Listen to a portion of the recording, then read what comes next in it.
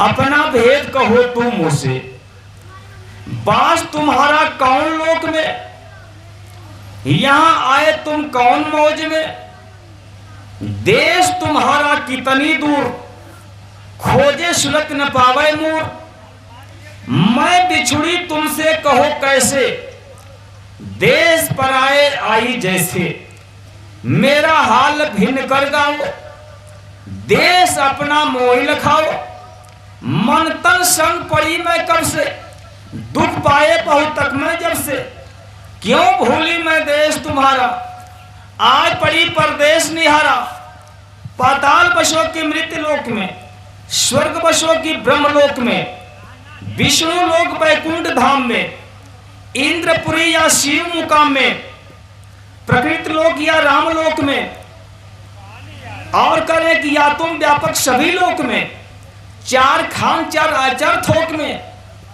क्यों मोह डाला काल लोक में, अति भरमाया हर शोक में, क्यों आए तुम मोह चेतावन, रूप धरायति मन भावन। ये सूरत प्रश्न करती है, अरे हुजूर मैं जब आपके देश की रहने वाले हूं, मैं आपके साथ रहते थे, आप में और हमारे में कोई भेद नहीं था, हमारा तो आपने परिचय बता दिया, अब आप अपना परिचय दीजिए हमको। सूरत पूछे स्वामी से, अपना भेद कहो तुम मुझसे। आए स्वामी जी महाराज अपना भेद हमको विस्तार पूर्वक समझाइए। बास तुम्हारा कौन लोक में, यहां आए तुम कौन मौज में। आए स्वामी जी महाराज आप किस देश के वासी हैं, आपका निवास स्थान कहां है, और यहां आप किस मौज में आए हुए हैं, हमको विस्तार पूर्वक समझाइए। यहां आए तुम किस मौज में, देश तुम्हारा कितनी दूर, खोजे सूरत न पावे मुंह। आए स्वामी जी महाराज हम तो आपको यहां हर जगह खोज डाली, चारों तरफ भटका खा रही हूं, मंदिर मस्जिद चर्च गुरुद्वारे में खोज रही हूं, हमारा मालिक कहां, हमारा प्रभु कहां है, हमको कहीं आपका पता नहीं चला। खोजे सूरत न पावे मुंह, मैं आपको कहीं नहीं पाई, मैं बिछुड़ी तुमसे कहो कैसे, देश पर आई जैसे। आए स्वामी जी महाराज मैं आपसे कैसे बिछुड़ गई, और इस पराये देश में हम कैसे आ गई, मैं बिछुड़ी तुमसे कहो कैसे, देश पर आई जैसे, मेरा हाल भिन्न कर गाओ, देश अपना मोह लखाओ। अरे स्वामी जी महाराज हमारा भेद, हमारा सारा राज रहस्य जो है विस्तार पूर्वक समझा दीजिए, मुझको समझाइए, मैं आपसे कैसे बिछुड़ गई, इस पराये देश में आकर के कैसे फंस गई, मेरा हाल भिन्न कर गाओ, देश अपना मोह लखाओ, अपना देश हमको दिखाइए। मन तन संग पड़ी मैं कब से, दुख पाए बहुत तक मैं जब से, मैं जब आपके देश की रहने वाली हूं, तो आए स्वामी जी महाराज आपके देश से बिछुड़ करके मैं इस पराये देश में आकर के और इस मन और तन के साथ में कैसे फंस गई, मन तन संग पड़ी मैं कब से, दुख पाए बहुत तक मैं जब से, बहुत जुगों से दुख उठा रही हूं, क्यों भूली मैं देश तुम्हारा, आए पड़ी परदेश निहारा। आए स्वामी जी महाराज मैं क्यों आपके देश को भूल गई, और क्यों इस पराये देश को मैंने अपना समझ लिया। आए स्वामी जी महाराज आप पाताल लोक में रहते हैं कि इस मृत्यु लोक में रहते हैं, कि आप स्वर्ग लोक में रहते हैं कि ब्रह्म लोक में रहते हैं, या आप राम के लोक में रहते हैं कि कृष्ण के लोक में रहते हैं, कि विष्णु लोक में रहते हैं या शिव लोक में रहते हैं या इंद्र लोक में रहते हैं, किस लोक के आप वासी हैं, हमको विस्तार पूर्वक समझाइए। या कि तुम व्यापक सभी लोक में, चार खान चार अचर थोक में, कि आए स्वामी जी आप जो है हर लोक के वासी हैं और कण कण में विराजमान है, हमको अपना पूरा भेद बताइए। क्यों मोहि डाला काल लोक में, अति भरमाया हर्ष शोक में। आए स्वामी जी महाराज, हमको जो है आप अपने देश से निकाल करके इस काल के लोक में, काल माया के लोक में हमको आपने क्यों डाल दिया? और जब आप अपने देश से हमको निकाला कर ही दिए, अपने देश से हमको जुदा कर दिए, इस काल माया के हवाले जब आपने कर दिया, तो आए स्वामी जी महाराज इतना सुंदर, इतना मनमोहक रूप बना करके हमको समझाने चेताने के लिए क्यों आए? जब हम आपसे बिछुड़ गई, आपने हमको जुदा कर दिया, तो इतना मनमोहक रूप बना करके क्यों समझाने चेताने के लिए आए हैं? हमको विस्तार पूर्वक समझाइए। तो ये दया के सागर होते हैं, जब दीन बन करके प्रश्न पूछा जाता है तो उत्तर देते हैं। तब हंस शब्द स्वामी बोले, सुनो सूरत तो मैं कहूं खोले। आए सूरत, जब तुम पूछ रही हो तो मुझको अब बताना ही पड़ेगा। हंस करके बता रहे हैं। यहां वास्तव में संत महापुरुष आते हैं, कहते हैं सारे लोग दुखी हैं, कोई सुखी नहीं है, लेकिन अपना दुख व्यक्त करते हैं महापुरुष की, हमसे बड़ा दुखी इस लोक में कोई नहीं है। सबको सुखिया देखिया, दुखिया ना ही कोई, दुखिया दादू दास है, ऐन परस नहीं हुई। ये संत सदगुरु हमारे और आपके बीच में आते हैं, हमारे लिए और आपके लिए रातों दिन जगते हैं, रातों दिन रोते रहते हैं, हमारा बेटा हमसे बिछुड़ गया। हमारे लिए और आपके लिए रोते हैं, लेकिन हम और आप जो है भटका खाए हुए, भूले हुए हैं, परदेश में अपना देश समझ करके रो रहे हैं। लेकिन ये सूरत जब प्रश्न करती है तो यही गुरु जो हंस रहे हैं। अब हमारी बेटिया जो है जाग गई, अब हमारी बेटी को होश आ गया, अब इसको अपने देश चलने की याद सताने लगी, अब हमारा बेटा जो है, हमारी ये बिटिया जो है हमारे गोद में बैठेगी, मैं अपनी बिटिया को लेकर अपने देश में चलूंगा। प्रसन्न चित्त हो जाते हैं। तो कहते हैं कि सुनो सूरत, तब हंस शब्द स्वामी बोले, हंस कर बोल रहे, रो रहे थे लेकिन अब हंसने लगे। अब हमारी बेटी होश में आ गई है, अब हमारे साथ चलेगी। सुनो सूरत तुम मैं कहूं खोले, सारा भेद खोल करके मैं तुमको बताऊंगा। जो तू पूछे भेद हमारा, कहूं सभी अब कर विस्तारा।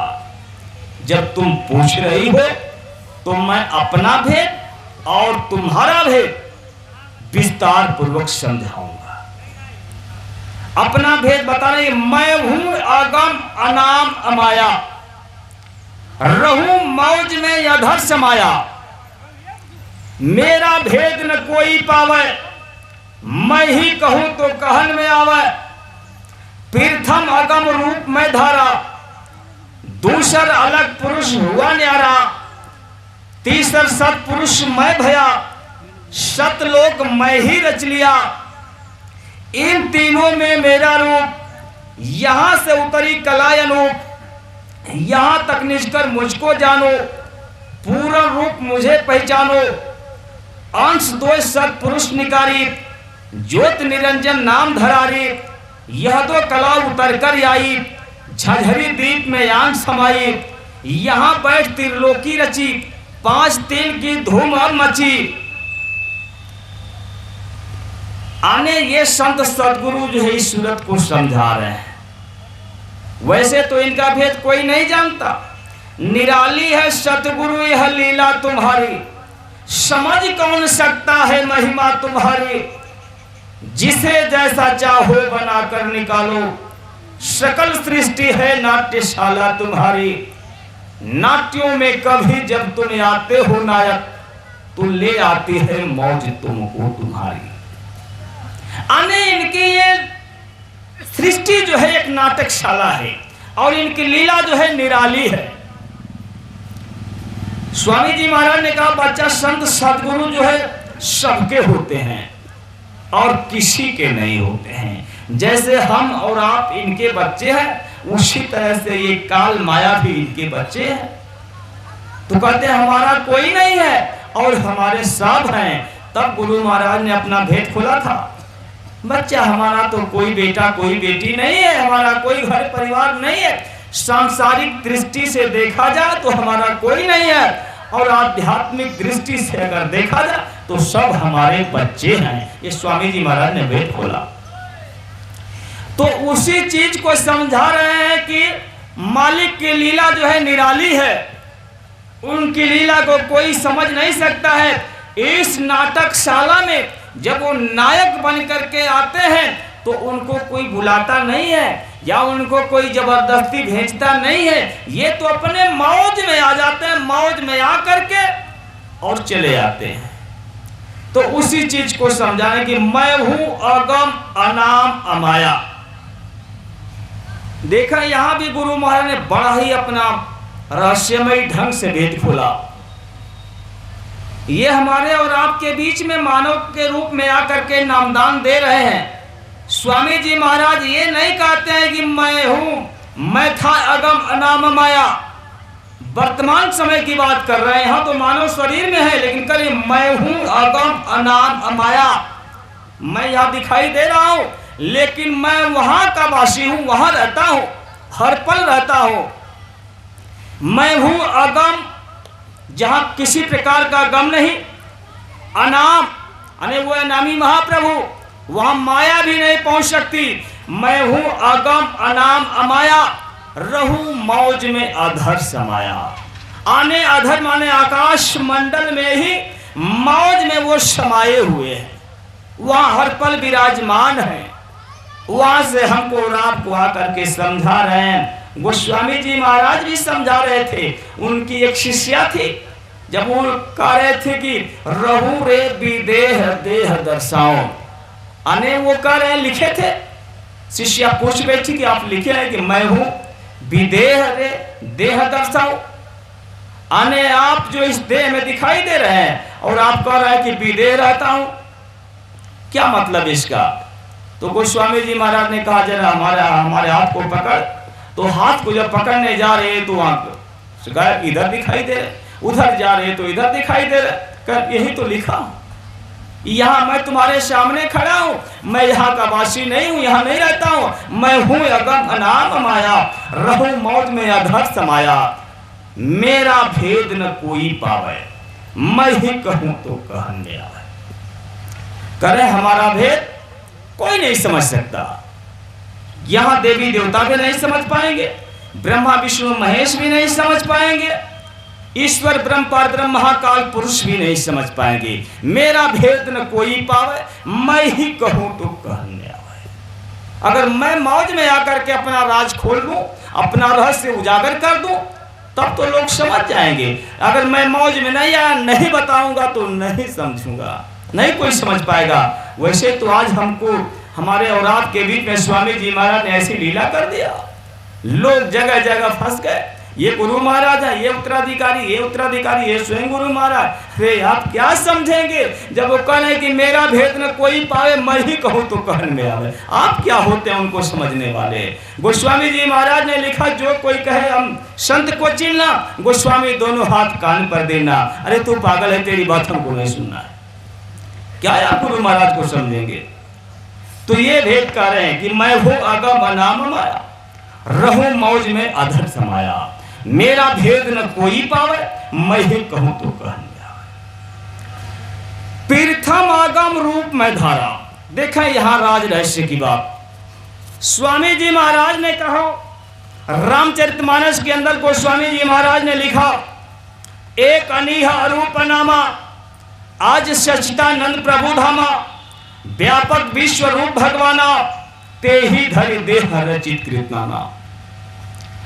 आने स्वामी जी महाराज कह रहे हैं कि यहां जब धरती नहीं थी, ना ही ये आसमान था, ना ही सूरज चांद सितारे थे, ना ही नदियां नाले पहाड़ थे, जब यहां कुछ भी नहीं था, तो ये स्वाभाविक चीज है कि हम और आप भी नहीं थे, देवी देवता भी नहीं थे, स्वर्ग वैकुंठ भी नहीं था, ईश्वर ब्रह्म परब्रह्म महाकाल पुरुष भी नहीं थे। कह रहे हैं कि एक अनीह अरूप नामा, यहां से अरबों खरबों योजन ऊपर वो अनामी महाप्रभु विराजमान है। जिस देश में अनामी महाप्रभु विराजमान है वहां जीवात्माओं का अथाह समुद्र भरा पड़ा हुआ है। बालू के लाखों कण छोटे कर दिए जा, उससे भी बारीक जीवात्मा हमारी और आपकी। ऐसी जीवात्माओं का अथाह समुद्र नामी लोक में भरा पड़ा हुआ है। तो वही कह रहे कि प्रथम अगम रूप में धारा, वही अनामी महाप्रभु जो है अपने मुखार बिंदु से आवाज निकाल दिए। उनके आवाज में इतनी दमकशी थी, इतनी ताकत थी कि आवाज के बल पे नीचे जो है अगम लोक, उसके नीचे अलख लोक और उसके नीचे जो है सतलोक बन करके तैयार हो गया। तो ये अनामी महाप्रभु कहेंगे प्रथम अगम रूप में धारा, दूसर अलग पुरुष हुआ न्यारा, तीसर सतपुरुष मैं भया, सतलोक मैं ही रच लिया। अन्य अनामी महाप्रभु कह रहे हैं कि मैंने अपने मुखार बिंदु से आवाज निकाला और निकाल करके नीचे जो 3 मंडलों की रचना किया, अगम लोक, उसके नीचे अलख लोक और उसके नीचे जो है सतलोक की हमने रचना किया। आगम लोक में आगम पुरुष बन करके स्थापित हो गया, अलख लोक में अलग पुरुष बन करके स्थापित हो गया और सतलोक में सतपुरुष बन करके स्थापित हो गया। ये कौन कह रहे हैं? ये संत सदगुरु आकर के भी बता रहे हैं। वही नामी महाप्रभु तो है। तीसर सतपुरुष मैं भया, सतलोक मैं ही रच लिया।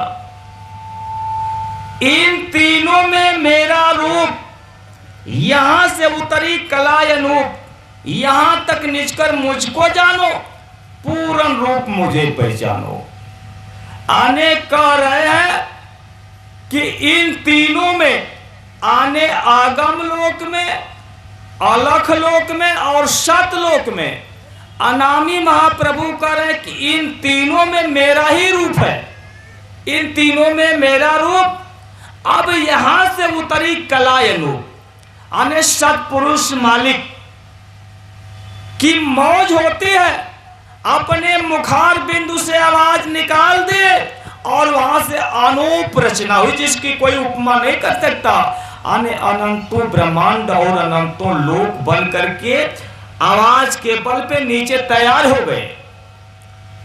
जीवात्माओं का समुद्र अनामी धाम में भरा पड़ा हुआ है, लेकिन जब वही अनामी महाप्रभु का ही रूप अगम लोक में, अलग लोक में, सतलोक में, तो जीवात्माओं का जो है भंडार जो सतलोक से लगा करके अनामी लोक तक भरा हुआ है, वहां तक छूट है।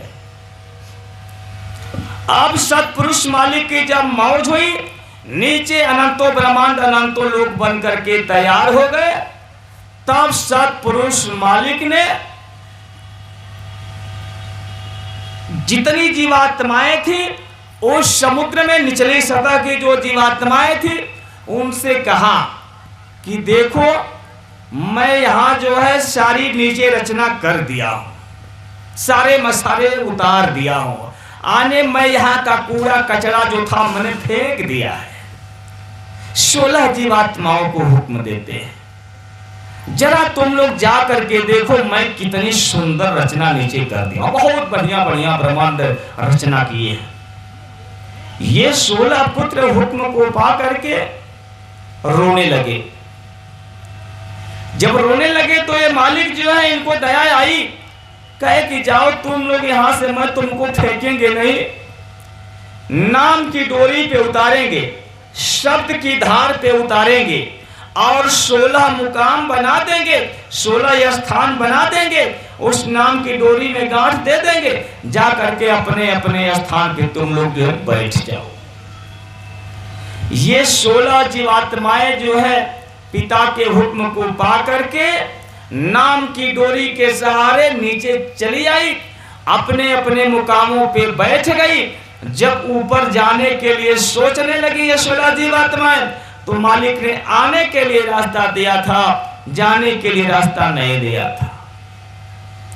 कभी कभार स्वामी जी महाराज अपना भेद खोला, कहते हैं कि जान बूझ हम लीला ठानी, मौज हमारी हुई सुन बानी, अने हमने ये जानबूझ करके हमने ये लीला खेला है। ये मत समझना कि मैं धोखे में, मैं जानबूझ या लीला ठानी, मौज हमारी हुई सुनवानी। कदर दयाल नहीं बिना काल के, मौज उठी तब यश दयाल के। अने ये जीवात्माएं जो है उस मालिक की कदर नहीं करती थी। कदर दयाल नहीं बिना काल के, आने बिना काल के हम और आप जो है स्वामी जी महाराज को कुछ नहीं समझते थे। कदर दयाल नहीं बिना काल के, बिना काल के गुरु की कदर हम और आप नहीं करते थे। कदर दयाल नहीं बिना काल के, मौज उठी तब यश दयाल के। मौज में आ गए और इनको जो है अब नीचे भेजने की तैयारी कर दी। जब ये 16 जीवात्माएं नीचे आ गई, जाने के लिए रास्ता नहीं मिला था, तो इन लोगों ने समझ लिया कि मालिक हम लोगों का जो है देश निकाला कर दिया, और हम क्या करें। तो स्वामी जी महाराज ने कहा कि अपने अपने स्थान पर बैठ करके इन लोगों ने अखंड ध्यान लगाया इतने युगों तक कि जिसको जो है लिखा नहीं जा सकता। अगर धरती को कलम बनाया जाए, जंगलों को कलम, धरती को कागज, समुद्र को स्याही बनाया जाए तो भी नहीं लिखा जा सकता कि कितने युगों तक इन लोगों ने अखंड ध्यान लगाया। इनके अखंड ध्यान से वो सत्पुरुष मालिक जो है प्रसन्न हो गए। सेवा करके इन लोगों ने खुश कर लिया। जब ये प्रसन्न हो गए, प्रसन्न होकर के आवाज लगा दिए, आज मैं तुम लोगों से प्रसन्न हो गया हूं, जो मांगना चाहते हो मांग लो। देखिए लोगों ने कहा कि केहू का देहल कोरी चुनरिया, बात जोड़िया से मांगल, दाग कहां से लागल। किसी ने इस जीवात्मा रूपी कोरी चुनर को, केहू का देहल कोरी चुनरिया, किसी ने इस कोरी चुनर को दे दिया। बात जोड़िया से मांगल, किसी ने प्रार्थना करके हाथ जोड़ करके मांग लिया। कोरी चुनर को किसी ने मांग लिया, तो फिर इसमें दाग कहां से लगा, दाग कब लग गई। अब वह मालिक जो है कहा कि जो मांगना चाहते हो मांग लो, मैं देने के लिए तैयार हूं। तो इन 16 जीवात्माओं ने, 16 पुत्रों ने कहा कि मालिक हम लोगों का तो आपने देश निकाला कर दिया, अपने अपने देश में बैठ करके अखंड ध्यान लगाते हैं, लगाए हैं, हम यहां किस पे राज करें। सब मसाले तो मिले हुए हैं, सारी रचना दिखाई दे रही है, तो हम लोगों का अपने जैसा छोटा छोटा सा राज्य दे दीजिए, अन्य जीवात्माओं का थोड़ा थोड़ा सा भंडार दे दीजिए। मालिक जो दया से खुश थे, दया ने लोग सेवा करके गुरु को, मालिक को रिझा लिया था। वही जरूरत है आज हमको और आपको सेवा करके, यानी भजन करके गुरु को रिझा लेने की। रिझा लिया लोगों ने, और मौज में आकर के इतना बड़ा त्याग कर दिया गुरु महाराज ने कि अपने बेटों को ही दान में देने के लिए स्वीकार कर लिया। कहा कि ठीक है मैं दे दूंगा। अब जो है निचली सतह की जो जीवात्माएं थी, मालिक ने कहा देखो मैं अपने 16 बेटों को जो है नीचे भेज दिया, उन लोगों ने हमारा अखंड ध्यान लगाया, उनके अखंड ध्यान से मैं प्रसन्न हो गया, और प्रसन्न जब हो गया तो उन लोगों ने मुझसे दान में तुमको ही मांग लिया, तो मैं देने के लिए तैयार हो गया। इतनी बात सुनते ही सारी जीवात्माएं रोने लगी। यहां आप कल्पना करें, एक बिटिया की जब सगाई होती है, बेटी जब दुल्हन बनकर के ससुराल को जाती है, कितना गमगीन माहौल होता है। माँ बाप रोते हैं, घर परिवार के लोग रोते हैं, लेकिन फिर भी माँ जो है कलेजे पे पत्थर रख करके अपने कलेजे के टुकड़े को, बिटिया को जो है विदा कर देती है रोती हुई।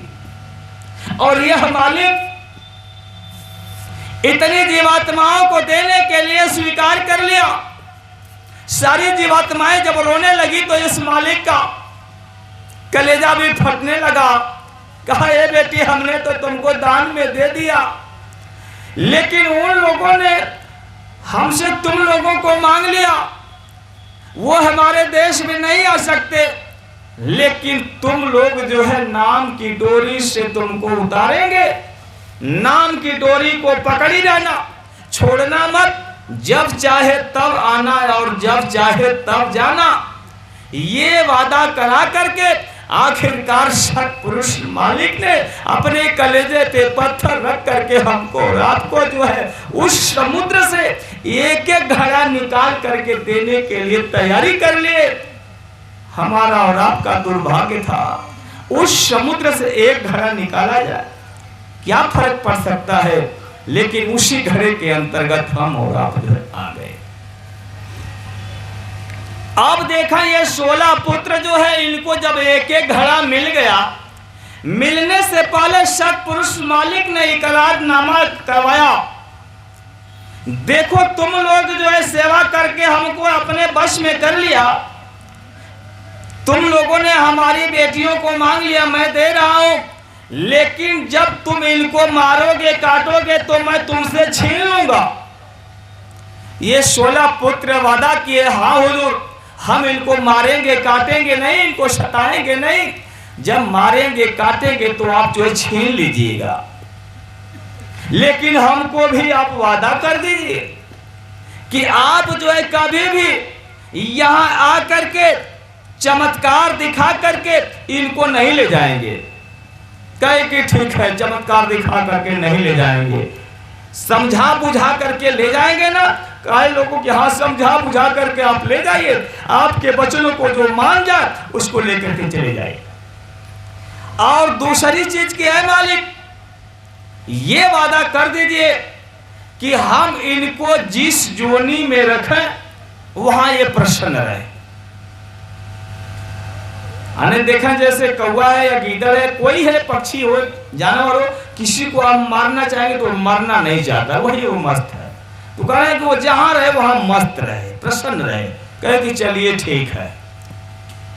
और तीसरी चीज कि आप जो है इनको चमत्कार दिखा करके नहीं ले जाएंगे, और इनको जो तीसरी चीज कि इनको अपने पिछले जन्म का होश न रहे, ख्याल न रहे कि हम कुत्ते की जोनी से मानव शरीर में आए हैं कि सूअर के जोनी से मानव शरीर में आए हैं, इनका ये पता न रहे। कहे कि चलो ठीक है। ये 3 वादा करके मालिक ने उस समुद्र से एक एक घड़ा निकाल करके हमको और आपको दे दिया। उसी समय सत्पुरुष मालिक ने जब इन्होंने कहा कि जानबूझ हम लीला ठानी, उसी समय अंश 2 सत्पुरुष निकारी, ज्योत निरंजन नाम धरारी, यह 2 कला उतर कर आई, झझरी दीप में आन समाई। आने सतलोक से मालिक ने 2 धाराओं को निकाला, ज्योति और पुरुष 2 धाराओं को निकाल करके 16 बेटों में जो सबसे छोटे बेटे थे जिनका नाम निरंजन भगवान, उनके मंडल में झझरी दीप में ला करके समाहित कर दिया। और कह रहे हैं कि ज्योति निरंजन नाम धरारी, यह 2 कला उतर कर आई, झझरी दीप में आन समाई। अब यहां बैठ त्रिलोकी रची, 5 तिल की धूम हम मची, 3 लोक से मैं रहूं न्यारा, 4 5 6 में विस्तारा। कह रहे हैं कि हमने एक बूंद जो है दे दिया, उसी बूंद से ये त्रिलोकी जो है अब रचना किया। वहीं से ये जो है 5 तिल की धूम मची, आने 5 ये जल पृथ्वी अग्नि वायु और आकाश, और इस तरह से मतलब नीचे की रचना कर रहे हैं। और कह रहे हैं कि 4 5 6 में विस्तारा, और मैं जो है आने 4 5 6 उधर अलग सतलोक अलग लोक आगम लोक उधर के वर्णन कर रहे हैं। तो यहाँ जो है निरंजन भगवान जब पा गए तो ये सतयुग था, सतयुग जोगी सब विज्ञानी, कार्य हरि ध्यान धरे भव प्राणी। सतयुग योगी सब विज्ञानी, कार्य हरि ध्यान तरह भव प्राणी। आने सतयुग था, 1 लाख वर्ष उम्र होती थी, थोड़ी सी जीवात्मा को निकाल करके निरंजन भगवान ने राज किया। 1 लाख वर्ष जब पूरा हो गया, जीवात्माएं तो हर पल आ रही हैं जा रही हैं, लेकिन जब 1 लाख बरस पूरा हो गया तो जीवात्माएं रुक गई। फिर थोड़ी सी जीवात्मा को निकाला, फिर राज किया, फिर आ रही है जा रहे हैं, 1 लाख बरस हो गया, रुक गई, अनगिनत खेपे चली गई। यहां भी हमारा और आपका दुर्भाग्य है, आज तक उसी घड़े में फंसे हुए हैं। इस तरह से निरंजन भगवान को चिंता हो गई। इस तरह से तो सारी जीवात्माएं एक दिन चली जाएंगी, सारी खेपें चली जाएंगी, हम किस पे राज करेंगे? हमको फिर अखंड ध्यान लगाना पड़ेगा। पता नहीं मालिक खुश होगा कि नहीं होगा, प्रसन्न होगा तो फिर देगा कि नहीं देगा। इसके लिए कोई जो है योजना बनाई जाए। तो ज्योति पुरुष 2 धाराएं जो है उनके मंडल में समाई थी।